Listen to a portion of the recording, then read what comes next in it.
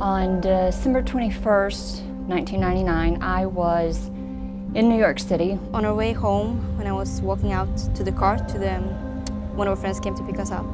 A guy came up from behind, put his arm around me and said, "Don't scream, I've got a gun and I want to you." Then I was kidnapped and raped. We came to a stairwell and he said, "We're going down here."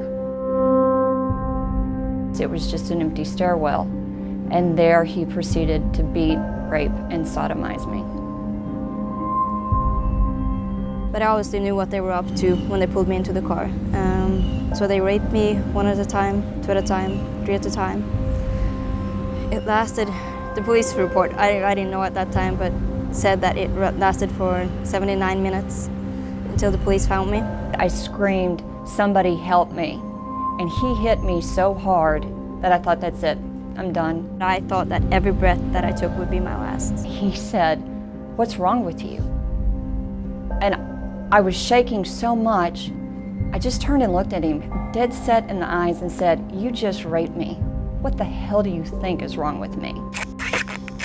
They took duct tape around my eyes and pushed me out of the van and told me to run. So I did. I ran for a long time. I don't know how long. There's the sense of fear, there's shock, there's anger, you know, and kind of, where do I go from here? I felt like a doll, like I wasn't a person of importance anymore. Nobody needs to live through that.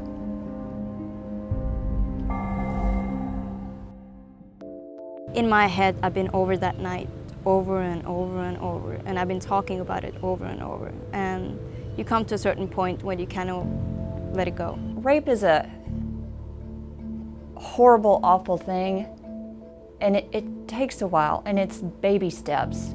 It's been long. It's been a lot of nightmares and fear of going out, fear of meeting strangers. But I found that I just have to do something, and I have to do it myself. That's the thing, you have to make a decision to move on. For me, the rape will always be with me. It doesn't define me, but there are still times that things will slip up, and I have to remember, oh yeah, that's a trigger, and you know, I just know how to deal with those things now. There's times where you beg, like, I just wish that I could wake up the next morning and that it would have been like before, that this just wouldn't happen to me, but it did, and you just have to fight through it. I want to let people know that, and especially women, if you're going through this, talk about it, get help, it's okay. There is light at the end of the tunnel, and there are thousands of people that are willing to help you. Just reach out, you are not alone.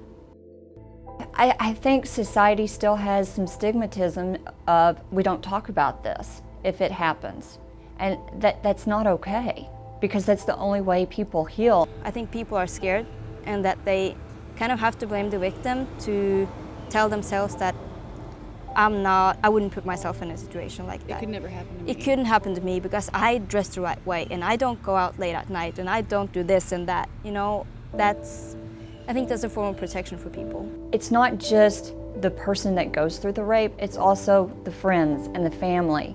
That's the thing, it doesn't only affect the victim. It affects family, it affects friends. Yeah. Still to this day, my dad, you know, he tears up, and it breaks my heart because I'm okay, and